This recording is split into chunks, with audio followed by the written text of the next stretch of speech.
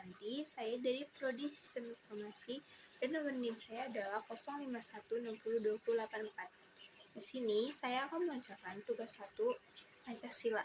Proses lahirnya Pancasila. Proses lahirnya Pancasila sebagai dasar negara Indonesia melibatkan beberapa tahap penting, yaitu melalui Badan Penyelidik Usaha-Usaha Persiapan Kemerdekaan Indonesia atau BPUPKI, Piagam Jakarta, dan Panitia Persiapan Kemerdekaan Indonesia (PPKI). BPUPKI dibentuk oleh pemerintah Jepang pada tanggal 29 April 1945 sebagai upaya menarik dukungan rakyat Indonesia menjelang kekalahan Jepang di Perang Pasifik. BPUPKI bertugas mempersiapkan kemerdekaan Indonesia. Sidang pertama BPUPKI diadakan pada tanggal 29 Mei sampai 1 Juni 1945 di Gedung Chuo Sang-in, sekarang Gedung Pancasila, dengan agenda utama membahas dasar negara. Dalam sidang ini, tokoh-tokoh seperti Muhammad Yamin, Supomo, dan Soekarno menyampaikan gagasan mengenai dasar negara. Pada tanggal 1 Juni 1945, Soekarno menyampaikan pidato yang mengusulkan 5 sila sebagai dasar negara yang kemudian dikenal sebagai Pancasila.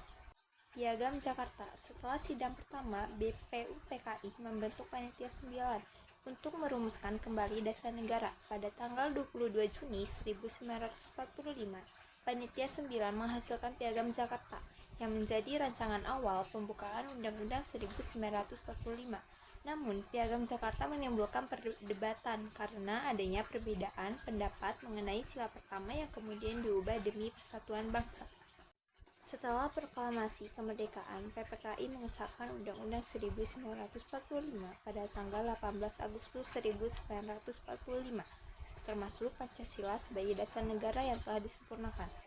Peristiwa penting sidang BPUPKI. Sidang BPUPKI pada tanggal 1 Juni 1945 menjadi peristiwa penting karena pada saat itu Soekarno menyampaikan pidato tentang Pancasila sebagai dasar negara.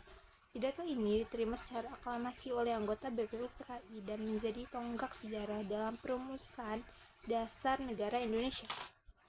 Nilai Pancasila yang tercermin kebersamaan dan musyawarah. Proses perumusan Pancasila mencerminkan nilai kebersamaan dan musyawarah.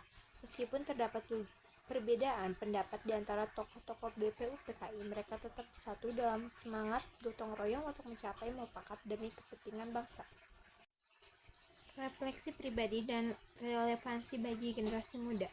Sebagai generasi muda, kita dapat belajar dari sejarah perumusan Pancasila bahwa perbedaan pendapat adalah hal yang wajar, tetapi semangat kebersamaan dan musyawarah harus diutamakan. Nilai-nilai Pancasila masih sangat relevan bagi generasi muda saat ini.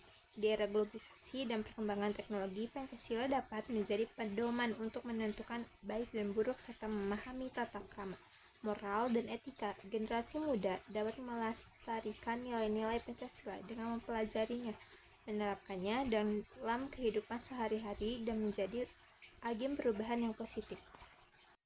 Kesimpulan, proses lahirnya Pancasila adalah sebuah perjalanan panjang yang melibatkan berbagai tokoh dengan latar belakang dan pandangan yang berbeda.